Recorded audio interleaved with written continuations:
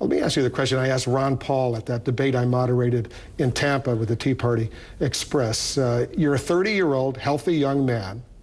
You know what? You're making a living. You got a good job. You could buy health insurance, but you decide not to. You'd rather go to ball games or whatever.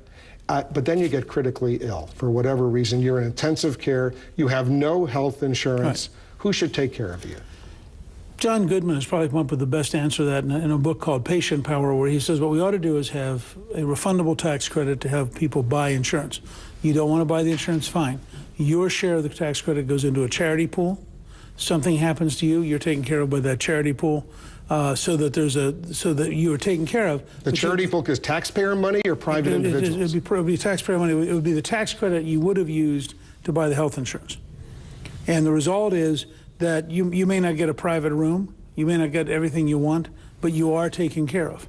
And I think it's important to look at that and to try to figure out, are there practical ways we can help people who don't insure themselves without automatically making them eligible for everything everybody else gets, who's paying the price, writing the check every month and being responsible. But if you know, you're a 30-year-old, you know what, they're going to take care of me. I could be in intensive care for a year, could cost $1 million.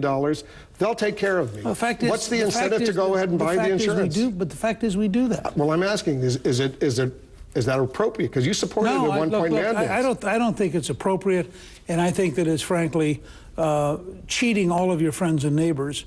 But I also think that the price of getting to a mandate is too great in the constitutional liberty to do it. So the state mandate was wrong, and the federal government it's wrong. I think you oppose it all because it politicizes the system. Mitt Romney stands by his decision in Massachusetts. Yeah. And I think he was wrong. The difference between Mitt and I is that I think I was wrong and I changed. I think down deep he thinks he's wrong, but he's being stubborn.